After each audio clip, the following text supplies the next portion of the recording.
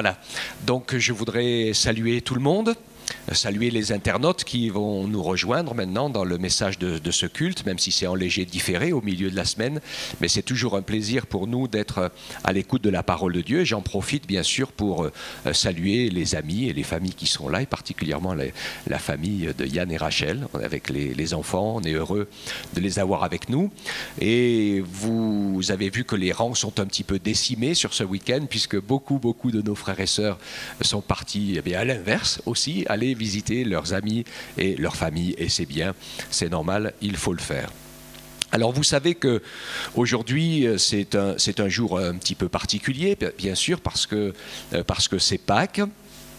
Donc on pourrait dire pas mal de choses sur cet événement, tout en sachant quand même qu'il y a des choses importantes, et de savoir que la manière religieuse de notre pays de fêter la fête de Pâques a des curiosités qui sont complètement décrochées de la Bible, du plan et de la pensée de Dieu. Alors évidemment, avec les petits lapins et les œufs en chocolat, c'est un peu comme à Noël, hein. Il y a tout un tas de choses qui sont loin de la parole du Seigneur, et je préfère et de loin me calquer sur la Pâque juive, qui est complètement différente et qui met en lumière la réalité de l'œuvre extraordinaire de Jésus à la croix, mourant pour nos péchés, avec des choses qui nous permettent de participer à cette fête et qui symbolisent vraiment ce que Christ a accompli en donnant sa vie en sacrifice, en venant nous libérer du péché, en nous faisant grâce.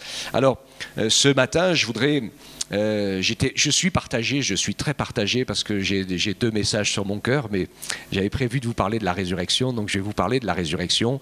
Mais le Seigneur a mis aussi quelque chose d'autre sur mon cœur par rapport à un gros souci familial. Il y a quelque chose que Dieu m'a montré, je veux le partager avec vous, je le ferai la semaine prochaine. Alors ceux qui seront pas là et qui tirent un peu la langue, vous inquiétez pas, vous nous rejoignez sur Internet et vous aurez l'occasion de pouvoir entendre ce que je dirai la semaine prochaine, et je pense c'est d'une extrême importance, parce que c'est vraiment, le Seigneur m'a montré une clé pour nous aider à sortir de certaines situations qui sont humainement impossibles, et je crois que c'est vraiment tellement fondamental. Mais finalement, avant de parler de cela, je pense qu'il est vraiment intéressant de parler du fait que Jésus est ressuscité, qu'il est vivant, et si il y a guérison possible, s'il y a délivrance possible, s'il y a salut possible, et s'il y a pardon des péchés possible, c'est parce que Jésus est vivant. Amen.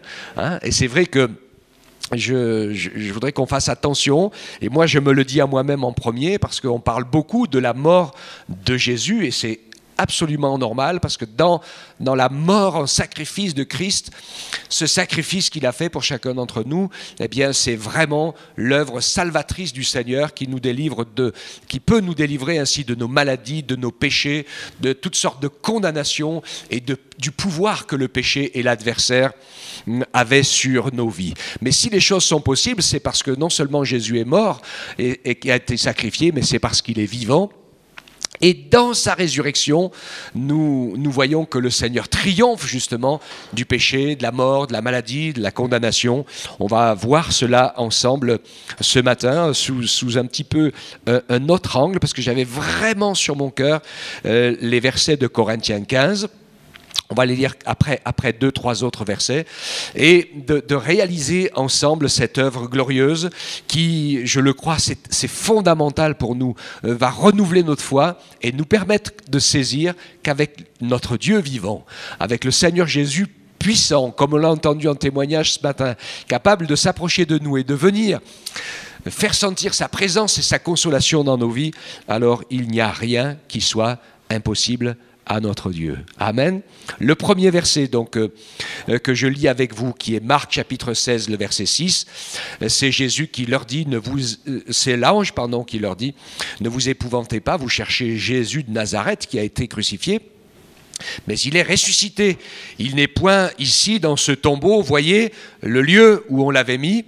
Et en regardant ce lieu où il l'avait mis, bien sûr, tout le monde a pu avoir, tous ceux qui l'ont regardé, ont pu avoir la preuve que Jésus est ressuscité, parce que ceux qui sont venus au tombeau, c'est l'ange par sa puissante main qui a roulé la pierre et qui a démontré que Jésus n'était plus là, puisque quand Jésus a été laissé mort dans le tombeau, entouré d'aromates, de bandelettes et tout ce qu'il faisait à l'époque, tout était là, mais le cocon fermé était vide.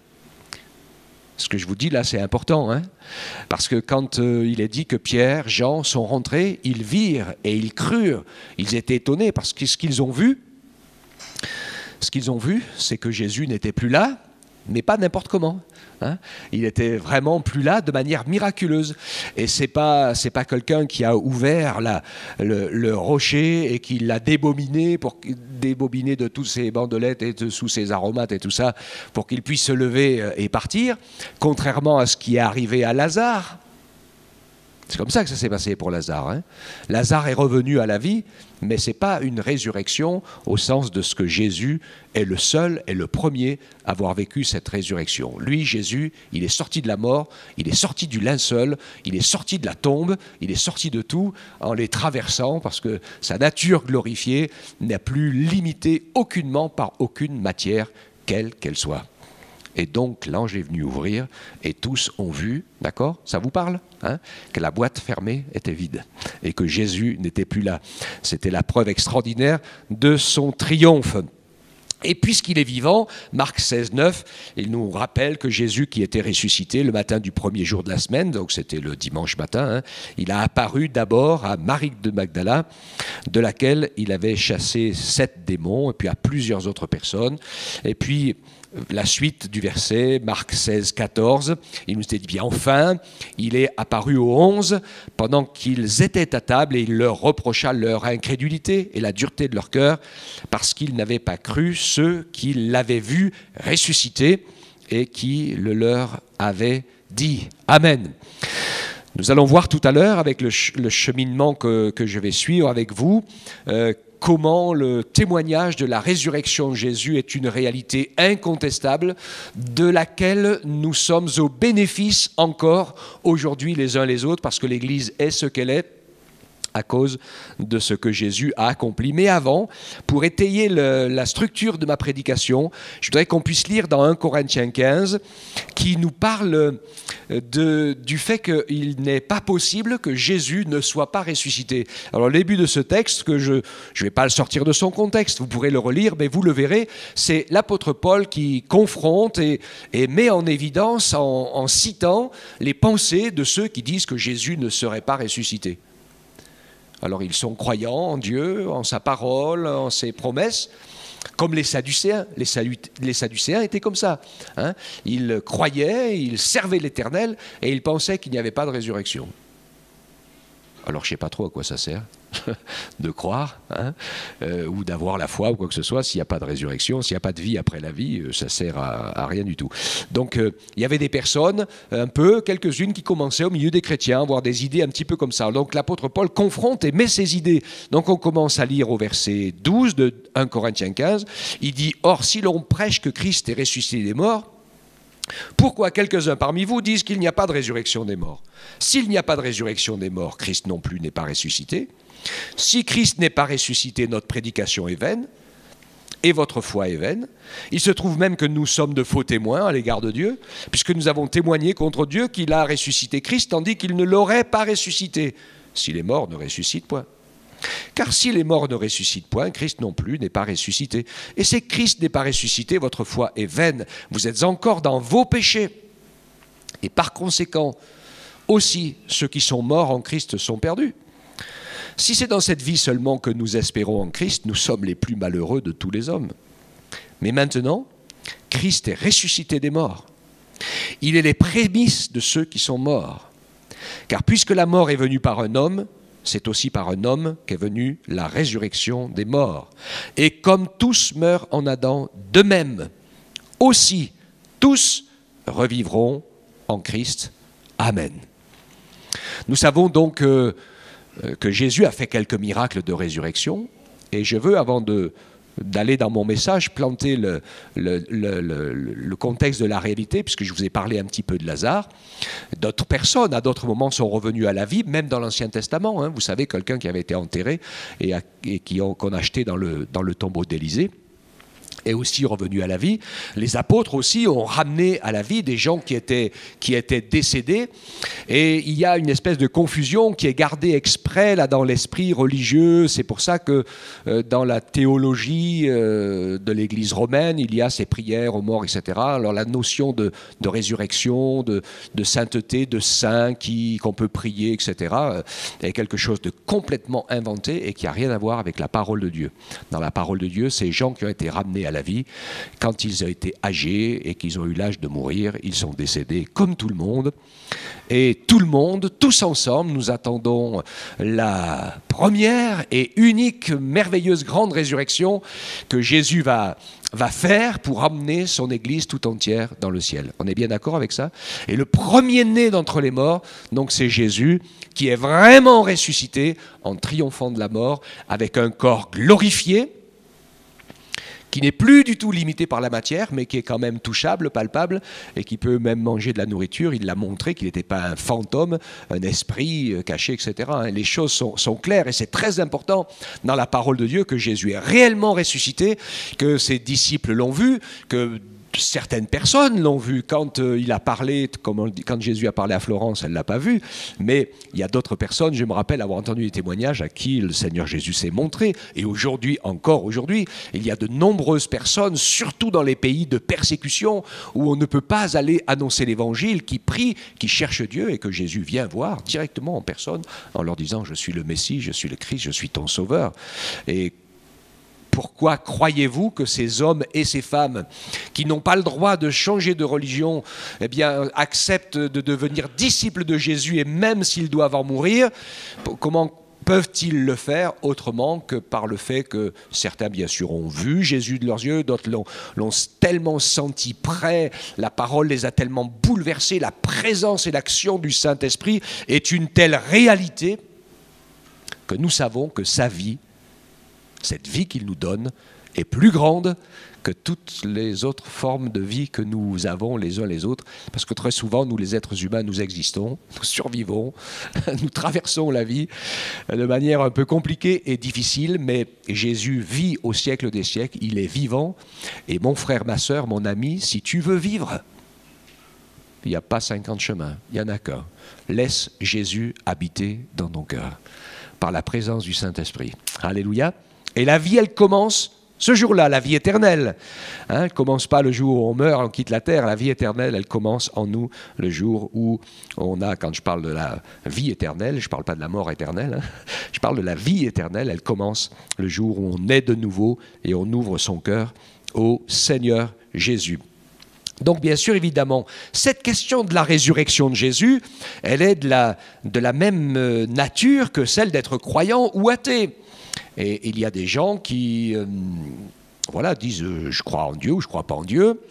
Et puis il y a des gens qui disent je crois en Dieu, mais bon, l'histoire de Jésus, la résurrection de Jésus, j'y crois pas, ou etc. Vous voyez, il y a toutes sortes d'idées comme cela. Puis il y a des gens qui y croient aussi, qui croient que Dieu est Dieu, que Jésus est ressuscité. Mais cette foi-là est une position de croyance que j'appelle, moi, une position religieuse ou philosophique. Ce n'est pas suffisant. Parce que Dieu ne se laissera jamais mettre dans une éprouvette. Et ce que la parole de Dieu nous montre, c'est que le Saint-Esprit nous révèle que Dieu est Dieu. Le Saint-Esprit nous révèle et nous convainc de l'intérieur que Jésus est le Messie, le Sauveur.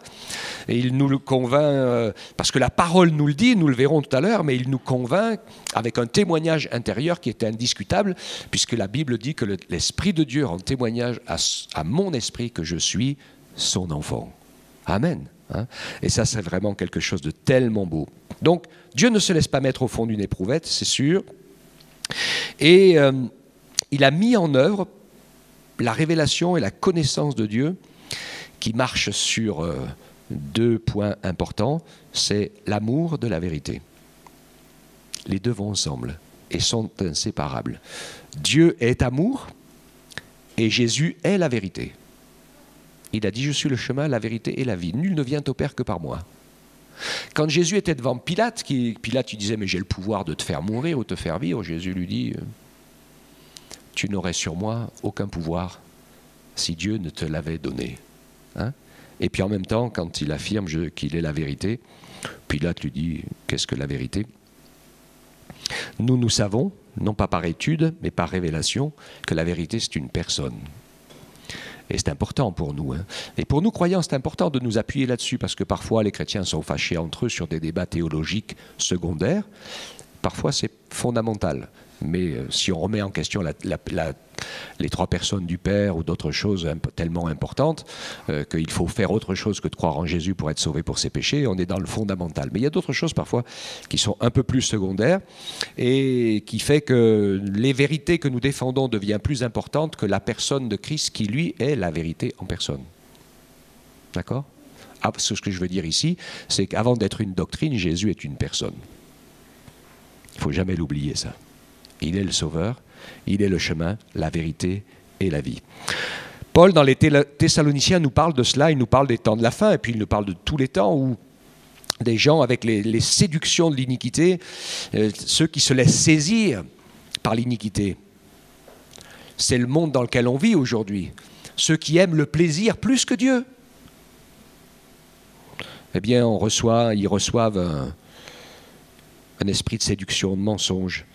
Ils n'ont pas reçu l'amour de la vérité pour être sauvés parce qu'ils ont pris plaisir à l'injustice. Je ne vous ai pas cité tout le verset, mais vous pourrez le rechercher et vous verrez que c'est ce qu'il dit un petit peu plus loin, parce qu'on va se dire, mais alors Seigneur, si tu n'as pas donné à tout le monde l'amour de la vérité, c'est injuste. Tu l'aurais donné à certains, tu l'aurais donné à d'autres. Non, l'amour de la vérité, il vient dans un cœur quand on fait le choix de la vérité aux dépens de nos intérêts. Il n'y a pas beaucoup de monde qui font le choix de la vérité aux dépens de leurs intérêts. Vous êtes d'accord avec moi, hein? Aujourd'hui, dans tous les domaines, surtout dans les finances, hein,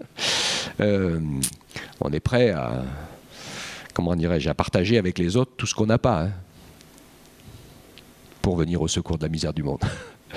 Mais partager ce qu'on a, ça, c'est une autre paire de manches. Ok. Et donc voilà, ça commence comme ça, mais ça va beaucoup plus loin. Ne pas vouloir se remettre en question, à vouloir avoir raison à tout prix, passer de force en écrasant les autres.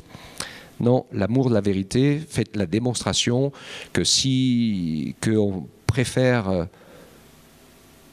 perdre ou souffrir ou être contrarié ou que les choses ne se passent pas comme on voudrait, pourvu que ce qui se passe, ça soit vrai.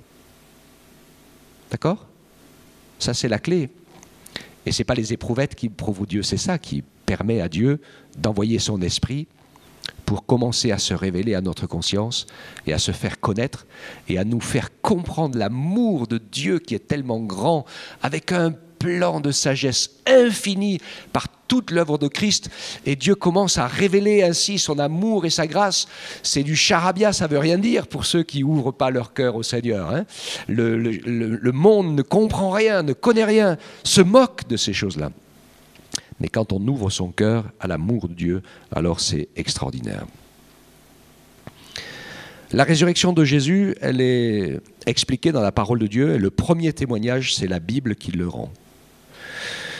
J'ai vraiment pas le temps ce matin, vous imaginez bien, hein, d'aller chercher dans l'Ancien Testament tous les versets qui expliquent de manière prophétique que Jésus est le Messie, parce qu'ils ne disent pas que c'est Jésus avec son prénom, mais quand même, de toute façon, même son nom est expliqué. Emmanuel, Dieu avec nous, hein, Jésus, Sauveur, Dieu sauve, enfin il y a tellement de choses, mais c'est pas... Vous avez toutes sortes de versets qui sont là, qui parlent de la crucifixion. Ésaïe 53, Ésaïe 9,5, partout dans les psaumes, les détails de la crucifixion. Et combien de prophéties qui montrent que Jésus est préparé pour régner éternellement. C'est pour ça que quand Jésus, le Messie, les apôtres qui écoutaient Jésus, qui le suivaient, ils comprenaient, ils étaient en train de comprendre que Jésus était le Messie annoncé pour Israël et qu'il était venu et que c'était l'accomplissement des prophéties, de la parole de Dieu. Ils commençaient à comprendre ça. Et quand Jésus a commencé à leur parler de sa mort, c'est inacceptable pour eux. Parce que depuis toujours, ils savent dans leur enseignement que le Messie est immortel, que son règne n'aura point de fin. Mais bien sûr, et ça peut se comprendre, ils ne savaient pas ce que nous savons aujourd'hui, et pour eux, ce n'était pas conciliable. Hein. Les apôtres ont été complètement, les disciples ont été complètement déstabilisés à la mort de Christ. Ça a été la remise en question totale, l'effondrement de toutes leurs espérances, qui en fait étaient des espérances humaines. Et la mort sur la croix n'avait pas un grand sens, ils n'ont pas compris le sens, sauf quand ils ont vu Jésus ressuscité. Alléluia.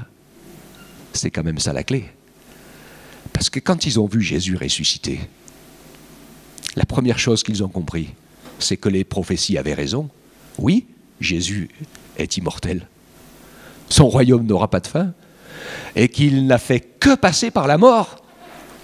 Mais il était impossible que ni le péché, ni la mort, ni la condamnation, ni rien ne puisse le retenir. Et il est ressorti vivant de la mort. Et il a été vainqueur de la mort. Et c'est pour cela que nous sommes plus que vainqueurs. Vous savez ce que ça veut dire, plus que vainqueur, hein? C'est la femme du lutteur. Le mari, hein, il lutte, il gagne le combat, il gagne la coupe, il gagne le trophée, et il la donne à son épouse. Elle n'a rien combattu, quelque part, mais la gloire et le trophée, l'argent, c'est pour elle. C'est ce que ça veut dire, plus que vainqueur. Et Dieu veut nous encourager à laisser son esprit pouvoir travailler ainsi en nous. On a le témoignage, bien sûr, des faits qui sont cités dans le Nouveau Testament. Vous savez, la malhonnêteté des religieux juifs qui ont fait sceller le rocher, qui ont mis des gardes devant, pour pas que les disciples viennent voler le corps de Jésus, etc. Il y avait tout un tas de choses qui ont été manigancées, mais l'évangile de Matthieu nous explique avec clarté comment justement quand l'ange est venu ouvrir la pierre, parce que Jésus était déjà ressuscité, hein, faire comme je vous l'ai dit tout à l'heure, hein, il est venu démontrer que Jésus n'était plus là et que le tombeau était vide, tout le monde a été mort de peur, et puis on leur a donné de l'argent. On les a soudoyés pour qu'ils disent « Oh, on dormait », alors les disciples sont venus voler le corps pendant la nuit.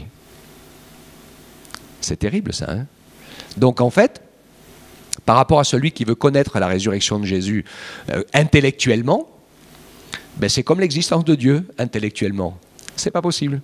Hein? C'est par révélation et par expérience spirituelle qu'on va pouvoir le vivre. Mais la parole le dit, l'affirme, elle en parle. Elle dit que Jésus-Christ est le même hier, aujourd'hui, éternellement. Elle nous rappelle qu'il est celui qui s'appelle « Je suis », celui qui était, qui est et qui vient. Alléluia. Et celui, quand on lit dans le livre de l'Apocalypse, alors là c'est vraiment impressionnant.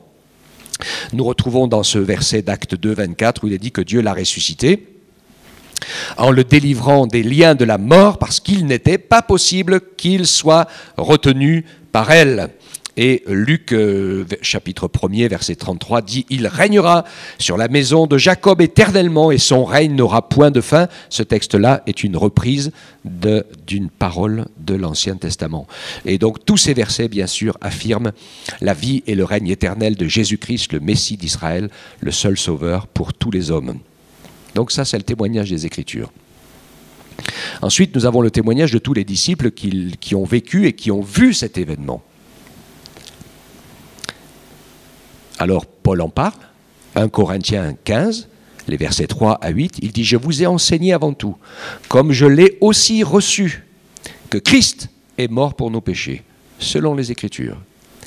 Il a été enseveli et qu'il est ressuscité le troisième jour, selon les Écritures, et qu'il est apparu à Céphas, puis aux 12. Ensuite, il est apparu à plus de 500 frères à la fois, dont la plupart étaient encore vivants maintenant, on va dire comme ça, hein, bien sûr, puisque on sait qu'ils ne le sont plus, et donc quelques-uns étaient morts. Ensuite, il est apparu à Jacques, puis à tous les apôtres. Et après, à eux tous, il m'est apparu à moi aussi, dit l'apôtre Paul, comme à l'avorton. Je ne lis pas la suite, mais on sait pourquoi. Paul se sent si petit, parce que lui, il a combattu à mort contre les disciples de Jésus, pensant qu'ils allaient dénaturer complètement la religion des pères et l'enseignement de Moïse, alors que Moïse lui-même a dit « Dieu vous enverra un prophète comme moi, vous l'écouterez ». Et Jésus, donc, était là. Amen. Donc les disciples sont vus, ils ont été nombreux bien sûr à le voir, et c'était important, ça a bouleversé leur cœur. Alors ça, c'est le témoignage de la parole, le témoignage de ceux qui l'ont vu de manière concrète, et puis le témoignage qui est encore actuel, qui est celui du Saint-Esprit. Acte 4:10, sachez-le tous et que tout le peuple d'Israël le sache, c'est par le nom de Jésus-Christ de Nazareth que vous avez crucifié et que Dieu a ressuscité des morts, c'est par lui que cet homme se présente en pleine santé devant vous. Et je dis que depuis cette résurrection de Jésus d'entre les morts, où il a soufflé sur eux pour qu'ils reçoivent l'Esprit et comprennent le salut, le pardon et la grâce de Dieu. Depuis ce jour jusqu'à aujourd'hui, les œuvres de Jésus prouvant qui il est, sa vie, sa résurrection continue, et c'est parce que Jésus est mort et ressuscité que nous pouvons être sauvés, que nous pouvons être guéris, que nous pouvons être délivrés, que les démons peuvent être chassés, que nous pouvons prendre autorité, que nous pouvons vaincre de toutes sortes de souffrances, de misère et de détresse. C'est ce dont je parlerai dans le prochain message, à cause du fait que Jésus est vivant et qu'il a et qu'il est, il est la réponse. Amen. Et ça, c'est vraiment une réalité extraordinaire pour chacun d'entre nous. Donc ce témoignage du Saint-Esprit nous amène à vivre les convictions. Le Saint-Esprit viendra, il convaincra de péché, de justice, de jugement. C'est ce qu'il fait. Les révélations où le Seigneur se montre, se manifeste, et où nous apprenons à vivre avec lui. Nous apprenons, je pense que quand on commence à vivre, à marcher avec le Seigneur, à lire sa parole, à adorer Dieu, à vivre dans sa présence. Vous avez vu comment la parole de Dieu prend vie ? C'est extraordinaire. Il y a des gens qui la lisent, ils ne comprennent rien, ça veut rien dire. Hein. Mais quand l'Esprit de Dieu souffle sur la parole que l'on lit, ça devient des réalités qui nous aident à marcher, à être conduits par lui, jour après jour, à faire son œuvre, à comprendre son plan. Dieu n'est jamais dépassé par quelque événement que ce soit, même ceux qui arrivent aujourd'hui. Il nous parle. Parce que dans la parole, le Seigneur a dit, quand vous verrez ces choses, levez les yeux, car mon retour est proche. Et si le Seigneur tarde encore, et nous, des fois, on prie, Seigneur, reviens, et moi je prie, Seigneur, tarde encore un peu, parce que tu ne peux pas laisser tous ces Français être perdus. C'est pas possible. Hein.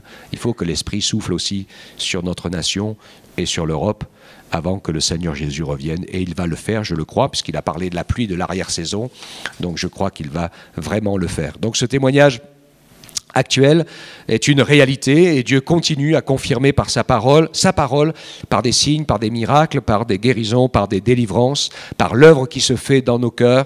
Combien d'hommes, de femmes étaient vraiment dans une misère totale, certains dans l'alcool, certains dans les coups, certains dans la violence, d'autres dans la drogue, dans toutes sortes d'abus, et qu'on le veuille ou non. Et ça me fait mal au cœur aujourd'hui.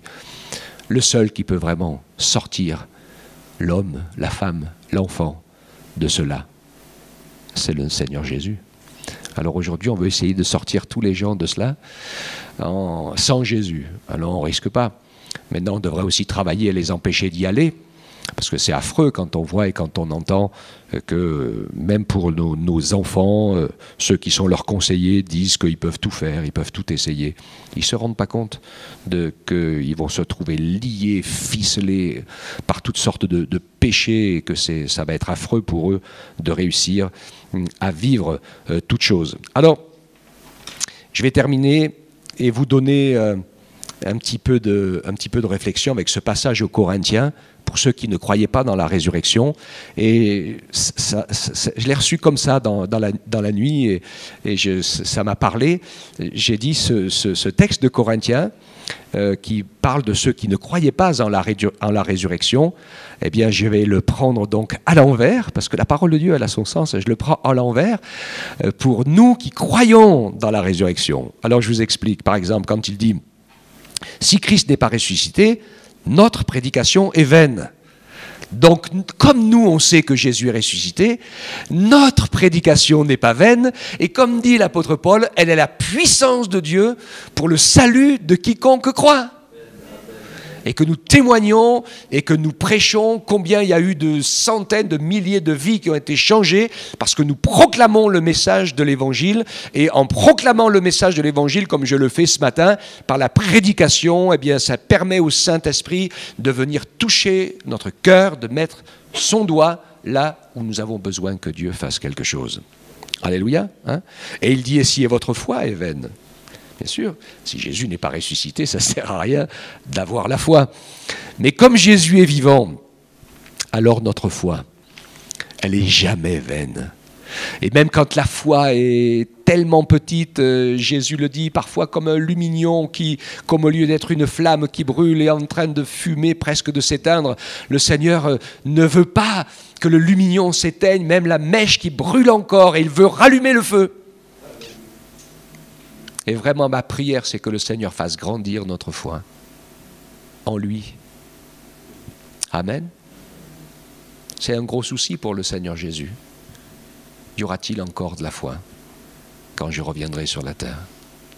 Vous savez mon explication sur la foi, hein, qui est l'obéissance. Regardez, le plus grand exemple de foi que Jésus cite et met en évidence, c'est le centenier qui nous parle de soumission. C'est ça la foi. Avancer, obéir, servir. Et on va toujours voir que le Seigneur rejoint et accomplit toujours sa promesse. Mais il faut que nous puissions nous laisser fortifier pour y croire. Il dit, il se trouve que si Jésus n'est pas ressuscité, nous sommes comme si nous étions des faux témoins à l'égard de Dieu. Mais bon, comme Jésus est ressuscité, Jésus a dit, vous serez mes témoins, partout. Alléluia. Et on est ces témoins, avant de faire, avant de témoigner, avant de dire tout un tas de choses, et on a envie de le dire, hein, et vous avez raison, dites-le. Je sais que vous savez qu'on va faire des cultes, donc aussi en disant les expériences qu'on a fait avec le Seigneur, et je remercie Florence qui, ce matin, a dit ce qu'elle a vécu aussi, c'est tellement, tellement important. Quand on partageait visions et songes que le Seigneur m'a donné, j'avais raconté aux frères et sœurs ce que j'ai vécu une nuit où le Seigneur m'a fait vivre l'expérience de l'enlèvement. Je vous dis que c'est quelque chose d'incroyable, impressionnant. Je vous en parlerai, un de ces moments. Nous ne sommes pas des faux témoins, nous sommes des vrais témoins. Parce que Jésus a changé notre cœur et notre vie. Et parce qu'il est vivant, parce qu'il est la réponse à nos prières. Et nous pouvons ainsi le suivre et le servir. Il dit que si Jésus n'est pas ressuscité, vous êtes encore dans vos péchés. Et c'est sûr, parce que jamais personne n'a pu vivre la vie nouvelle avec un vrai pardon. Parce que les sacrifices d'animaux que Dieu faisait étaient l'image et l'ombre des choses à venir. C'était juste pour que l'homme n'oublie jamais que personne ne peut effacer les péchés si ce n'est du sang innocent. D'accord, hein? Et donc c'était la grande leçon que le Seigneur voulait qui reste gravée et marquée dans les cœurs à jamais. Et la parole de Dieu nous montre, et c'est une évidence, qu'il n'y a que Dieu qui puisse pardonner les péchés.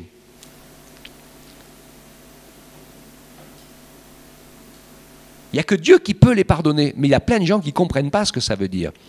Parce qu'ils disent, oui, Dieu peut pardonner les péchés parce qu'il est tout-puissant, il est Dieu, et donc il n'a qu'à dire, voilà, je pardonne le péché, et le péché est pardonné.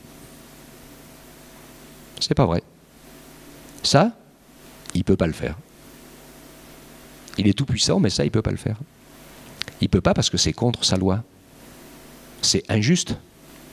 C'est complètement inacceptable. Et si Dieu peut pardonner les péchés, c'est pour ça que le péché c'est quelque chose d'extrêmement grave. Si Dieu peut pardonner les péchés, c'est parce que Dieu lui-même, en la personne de son Fils Jésus, est venu les expier. Il n'a pas effacé le péché comme ça, là, en disant, oh, il était là, il n'est plus là. Vous comprenez ce que je veux dire? C'est pas magique. Ça n'existe pas. C'est pas comme ça que ça se passe. Et il y a une réalité, et la réalité de la parole, c'est vraiment l'œuvre de la croix. Et il n'y a que Jésus, Dieu lui-même, fait homme, fait chair, partageant la chair et le sang comme nous, qui n'a jamais péché, et qui peut donc mourir à notre place et payer le prix du péché. Et j'en profite pour rappeler quelque chose que je dis toujours et qui est fondamental pour nous. Il n'y a rien de gratuit. Ça n'existe pas le gratuit. Alors il peut toujours avoir des choses gratuites pour vous, mais si vous avez quelque chose qu'on vous donne gratuitement, vous pouvez bien comprendre que de toute façon, quelqu'un l'a payé. Ouais. Ou fabriqué. Donc il a dépensé du temps, de l'énergie, il a pris quelque chose, il a fait quelque chose et il vous l'a donné. Ou alors il l'a acheté et il vous l'a donné. Et pour le péché, c'est exactement la même chose. Dieu est Dieu, il est d'une parfaite sainteté, il est d'une parfaite justice. Et s'il disait, oh ben j'ai décidé, voilà, allez, il n'y a plus de péché, toi tu n'as plus de péché, toi tu n'as plus de péché, ça serait complètement injuste. Et c'est donc complètement irréalisable. Et la parole de Dieu nous dit que Dieu a tant aimé le monde qu'il a donné son Fils Jésus, afin que quiconque croit en lui ne périsse pas, mais qu'il ait la vie éternelle. La vie éternelle avec celui qui nous a sauvés. Amen. Hein?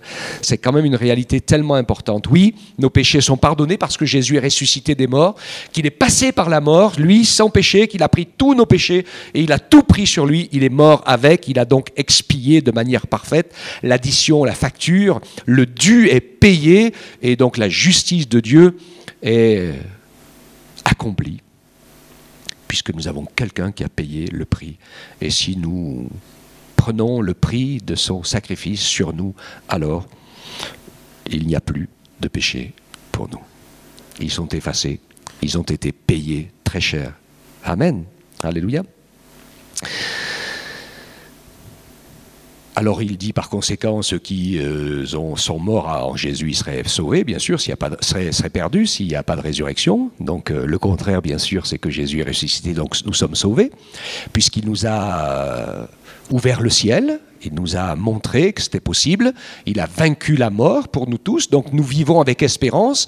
Il y a une grande joie, une grande foi dans notre cœur, parce que nous savons que Jésus est ressuscité, il est vivant, il nous prépare une place, afin que là où il est, dans son ciel de gloire, nous y soyons avec lui. Alléluia.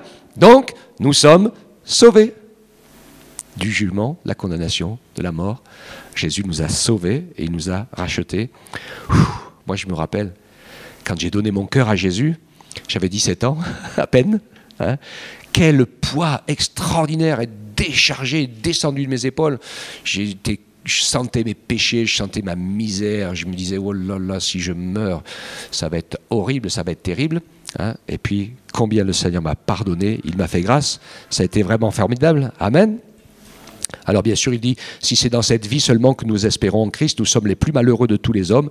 Et j'ai voulu ce matin avec vous relever ce point-là pour une chose qui est très importante.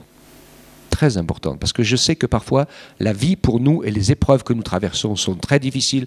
Et il m'est arrivé aussi à une époque de dire, Seigneur, c'est trop difficile, reviens me chercher, j'en ai marre. Ça vous est jamais arrivé à vous ? Ouais, je vois que ça nous arrive à tous. Hein. Et parfois, c'est pas parce qu'on a été déçus par les autres, hein. Parfois c'est parce qu'on est déçus par nous-mêmes, c'est parfois le plus dangereux. Parce qu'on se dit, j'y arriverai jamais. Je vais jamais m'en sortir. Donc revenez dimanche prochain si vous voulez la suite. Je fais de la pub, hein, ça va être terrible. Non, mais c'est vraiment tellement important. Donc, nous avons cette espérance. Nous savons que nous sommes sauvés et nous espérons en Christ et Dieu veut que nous puissions déjà commencer à espérer aujourd'hui. Pas seulement en serrant les dents et en se mettant comme ça en disant « Oh là là, je vais survivre, je vais attendre que j'aille au ciel. » Enfin, ça sera formidable. J'avais fait une prédication il y a pas mal de mois, voire d'années là-dessus, hein, sur la vie de David, qui était pour nous un exemple et un modèle de quelqu'un qui vit le salut au présent. Parce que quand David dit « Merci Seigneur éternel » dans tous les psaumes parce que tu m'as sauvé, il ne parle pas de la vie éternelle quand il dit ça. Hein. Il parle de toutes les expériences qui ont sauvé sa peau, déjà, physiquement, et même spirituellement, parce qu'on sait aussi qu'il est passé par des temps de désobéissance très difficiles et qu'il a mis les choses en ordre devant Dieu pour retrouver le pardon et la vie. Et ce que Dieu veut pour vous, pour moi, mes frères et mes sœurs, c'est que vous réussissiez votre vie et que chaque jour qui passe, vous puissiez vivre le salut de Dieu. Ne restez pas dans le mensonge de l'adversaire qui dit de toute façon tu n'es pas capable, tu n'y arriveras pas, allez, tu vas brinquant, ballant, tu vas arriver à survivre et tu finiras au ciel, alléluia. Ne vous laissez pas enfermer dans cette prison-là. Ne vous laissez pas enfermer dans cette prison-là. Le Seigneur, il veut le meilleur pour vous. Aujourd'hui. Et demain, s'il y a un demain. Ah. Mais je pense qu'il faut le vouloir un peu. Nous sommes beaucoup trop attentistes. Ouais, il y a des libristes, des pentecôtistes, il y a tous les istes que vous voulez. Hein. J'avais prêché là-dessus un petit peu. Hein. Mais ça. J'ai dit, moi, il y a deux sortes de croyants. Hein. Et là où c'est le plus difficile, c'est les attentistes. On n'en parle pas de ceux-là, hein, les attentistes. Ils attendent que Dieu fasse tout. Et ça ne marche pas. Ça ne marche pas. Hein. Jésus cherche des disciples, des hommes et des femmes. Dieu veut nous encourager à mettre en pratique sa parole. Il veut nous encourager à vivre ce qui est écrit dans l'Écriture. Ce n'est pas écrit pour rien. Il veut que nous puissions et que vous puissiez être convaincus qu'il est avec vous chaque jour. Et même quand on passe dans des moments difficiles, le Seigneur le sait, c'est une nécessité. Comme je l'ai dit souvent, personne d'entre nous ne peut apprendre le vrai amour de Dieu, ni le vrai pardon de Dieu, ni la vraie guérison de Dieu sans être passé au fond du trou et au fond du tunnel. Parce que sinon on croit qu'on aime, on croit qu'on pardonne, mais c'est une illusion.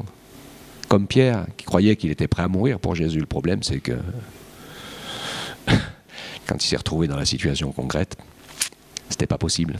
Il n'a pas pu y aller. Hein. Et donc, mais après, après il était prêt, ça ne le dérangeait plus du tout. Moi, je suis impressionné de voir Pierre dans sa prison qui dort comme un sonneur, alors que peut-être demain il va mourir lapidé ou je sais pas. Mais il a fallu que l'ange le réveille, le secoue et lui dise mets tes chaussures, prends ton manteau. Il devait dormir du sommeil du juste. Qui meurt, qui vive, ça n'était pas important pour lui. Amen. Donc nous espérons en Christ, mes frères, mes sœurs, espérez en Jésus pour aujourd'hui et pour demain. Espérez en lui, laissez pas filer sa parole, laissez pas le diable vous mentir, vous voler les promesses, mais pour cela, il faut marcher dans la vérité, avec soi-même, avec Dieu. Si possible avec les autres aussi. Ce serait une bonne chose. Donc, Christ est ressuscité des morts, puis on sait que cette nouvelle vie, eh bien, parfaite, nous la retrouverons, puisque nous revivrons en Christ quand il viendra nous chercher, ou nous deviendrons comme il est. Et Dieu nous fortifie et nous encourage pour cela. Je termine en parlant de l'Église d'aujourd'hui, puisque je vous ai parlé des preuves de la résurrection de Jésus en vous parlant du témoignage de la Bible, en vous parlant du témoignage vécu des disciples, en vous parlant du témoignage actuel du Saint-Esprit. Et je terminerai dans ce témoignage actuel du Saint-Esprit par une dernière chose qui montre que l'Église d'aujourd'hui est vivante,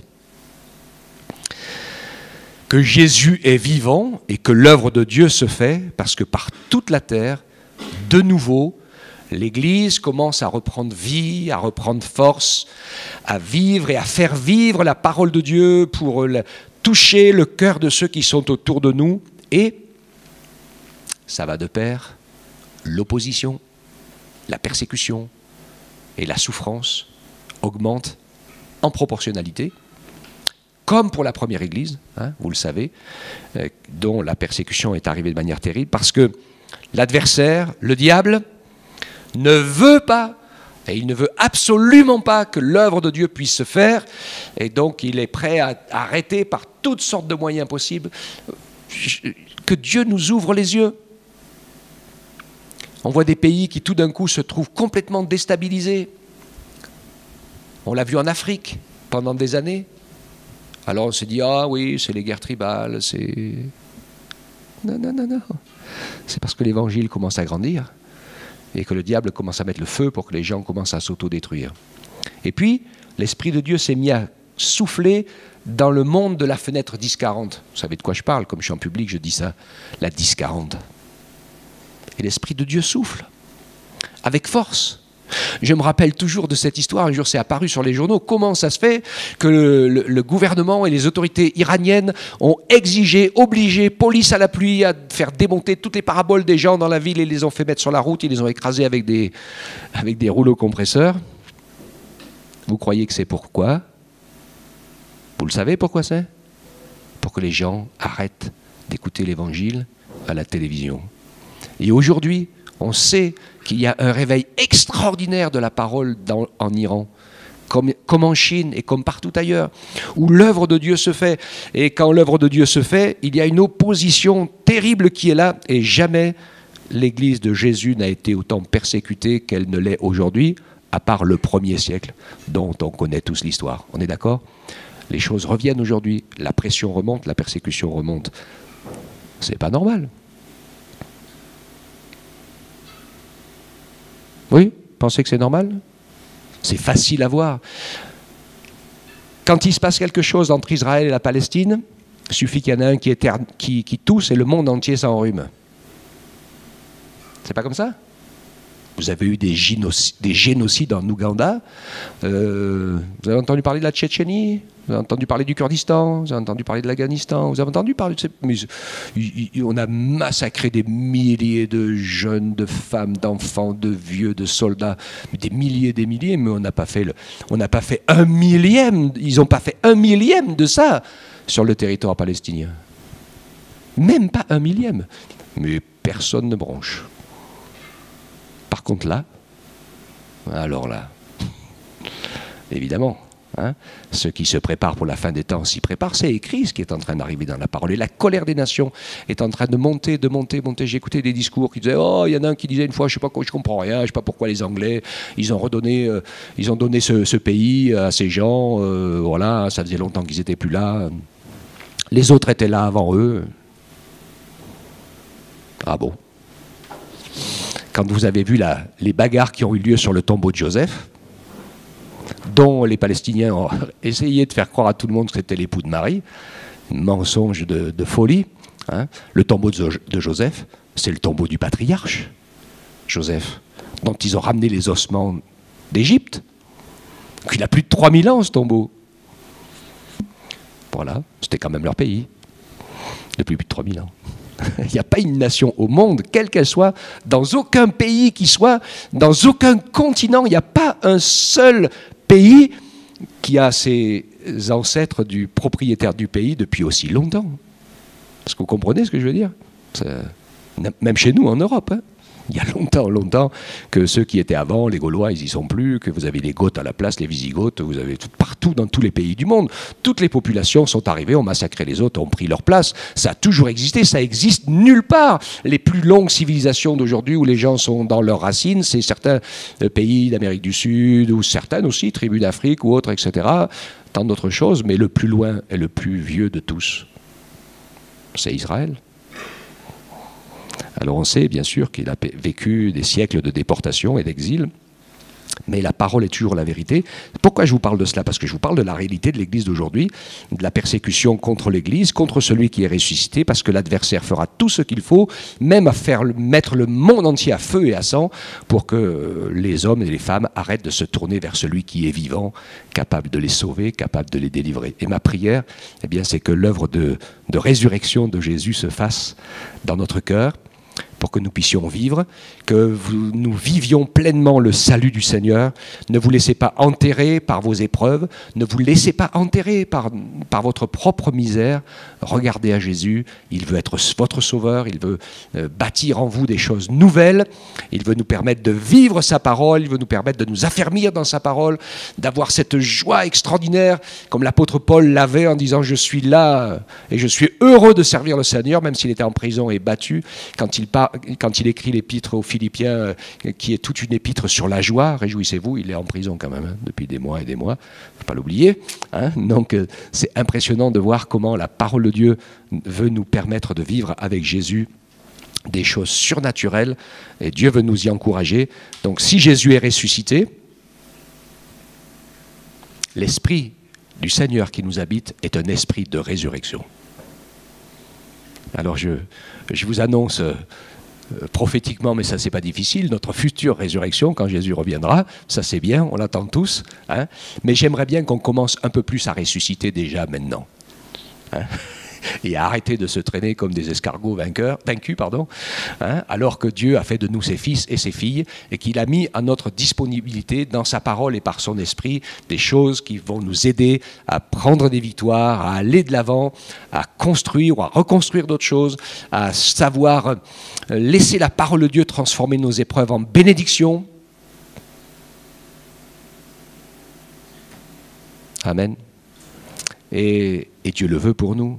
parce que c'est des témoignages qui encouragent les uns les autres. Ils vont nous encourager nous-mêmes. Je peux vous affirmer, vous annoncer que le Seigneur Jésus est avec vous tous les jours. Le problème, c'est que bien souvent, nous nous écoutons plus nous-mêmes, ou nous écoutons plus la voix de l'adversaire, ou nous nous laissons piéger par un certain nombre de choses qui nous empêchent d'écouter la voix de Dieu, qui nous empêchent de voir la solution de Dieu, de laisser le Seigneur nous éclairer. Mes frères, mes sœurs, il faut qu'on s'élève un petit peu au-dessus, qu'on redevienne ses adorateurs, qu'on reprenne foi et confiance en Dieu et en nous-mêmes, et en nos frères et sœurs, et qu'on laisse personne voler notre joie, notre paix, et qu'ainsi le Seigneur puisse commencer à déposer en nous ces trésors qui fait qu'il va nous aider à vivre une vie chrétienne victorieuse, dans la paix de Dieu, dans la joie de Dieu et dans l'amour de Dieu, même si la vie demeure ce qu'elle est, mais avec Jésus à ses côtés, ça n'a plus rien à voir. Amen. Que Dieu soit béni, qu'il nous encourage. Ce matin, nous bénissons le Seigneur parce que nous croyons en Jésus ressuscité, vivant et vainqueur d'entre les morts, et nous croyons, et je veux dire aussi que dans ce jour de Pâques, les uns les autres, laissons-nous aussi saisir par la résurrection de Christ. Ne restons pas simplement figés, comme on le fait souvent, et c'est bien, mais sur la mort de Jésus pour nos péchés, et qu'on est dans sa grâce pour être pardonné de toutes nos misères, heureusement, et il va le faire, mais c'est bien ça.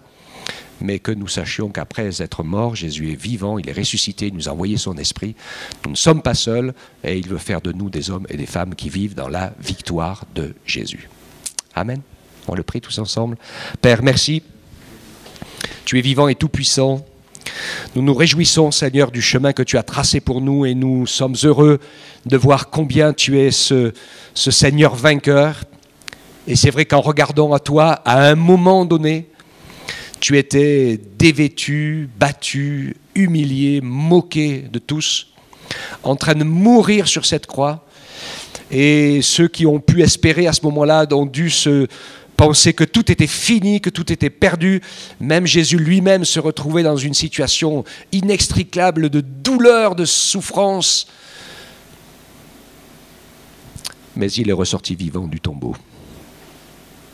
Parce qu'il n'était pas possible que la mort le retienne. Et par cette victoire, Seigneur, tout est devenu possible. Je voudrais que nous puissions nous laisser saisir, entourer, bouleverser par cet état d'esprit de la résurrection et de la victoire de Jésus ce matin. Viens changer nos cœurs, notre compréhension.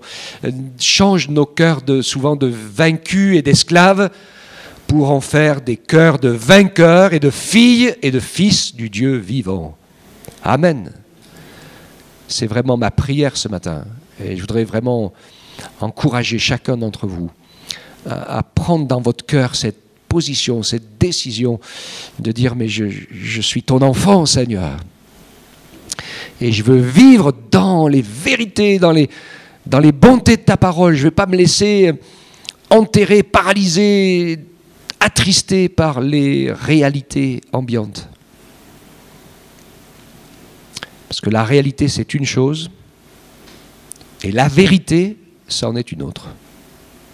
La réalité, c'est ce que nos yeux voient, mais la vérité, c'est que tu es le Dieu vivant, que ta parole est vivante, et que par ton esprit et ta puissance, tu peux changer plusieurs de nos réalités difficiles en réalités gagnées, guéries, vainqueurs, qui nous ont permis de mettre à profit ce que tu as accompli pour nous, Seigneur, et d'être relevés, libérés, et de glorifier le nom de Jésus. Nous voulons devenir cette Église qui ressemble à celle du 1er siècle, qui pouvait vivre avec l'action du Saint-Esprit de Dieu à ses côtés, jour après jour, pour arracher les pécheurs à leurs péchés, pour libérer les captifs, guérir les malades, chasser les démons, manifester la présence et l'autorité du royaume de Dieu au milieu de nous et en nous, parce que c'est ça la vérité.